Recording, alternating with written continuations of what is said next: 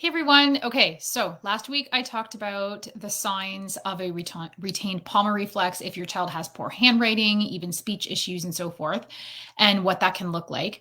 Today I just wanted to pop on briefly to number one, kind of demonstrate, I guess you can say, an at home test to determine if the palmar reflex is retained in your child, as well as a starter exercise to help integrate that reflex. So, first of all, an basic test you can do is have your child excuse me, touch their thumb to their index, then next finger, then ring finger, then pinky, and then back. So can they do this?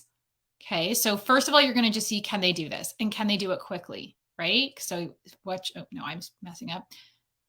Okay, so I'm focusing too much on it. So what you really want to do is, if they can do that, then can they do both hands at the same time? So can they go like this?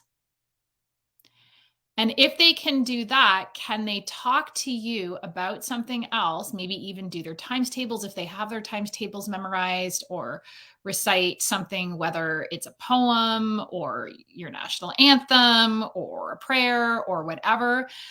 Can they do that, or talk about their day or whatever?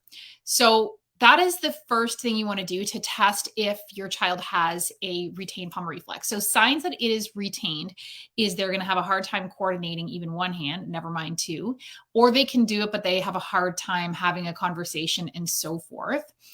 So that's the first thing you can test. And then the second thing you can do is you're going to take actually I have one right here, perfect, a paintbrush that you're going to stroke from, and I'm going to just see, so their hand is going to be down like this, but just so you can see, you're going to stroke towards from their wrist and up towards their fingers like this a few times. So when I test kids, if they have a retained palmar, they like pull back, or their fingers kind of twitch, or they literally will tell me it tickles, and they might flinch even just a little bit. That's a big indication as well that the palmar reflex is retained. Exercises to integrate the palmar. Honestly, the first one I would start with is this.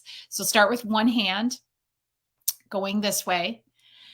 Then if they can do that, once they can do this quickly and talk about something else, then see if they can do both hands, or see if they can do their non-dominant hand next, because that's always trickier. Then the goal is that they can do both hands like this. So that's number one exercise I would start doing if your child has poor handwriting. Keep in mind, when kids have retained reflexes, when they have handwriting issues, it's usually not as simple as just one reflex that is going to do the trick. It usually requires a whole brain body approach. These kids typically have poor vestibular function, core muscle function, which affects their fine motor skills, and so forth. So addressing all of those factors is key. So if you have not signed up or registered for my free training on Friday, that's this Friday coming up at 11 a.m. Eastern, on how to end homework battles. And this is so beyond, kids who have homework battles, addressing homework battles with, the same time every day and all of that type of stuff. You probably already know that.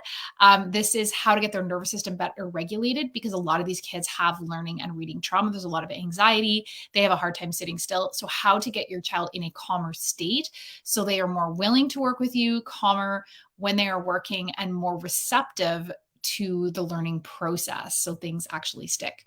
So I will put the sign up link for that in the comments below. Thanks for watching, everyone. Have a fantastic day.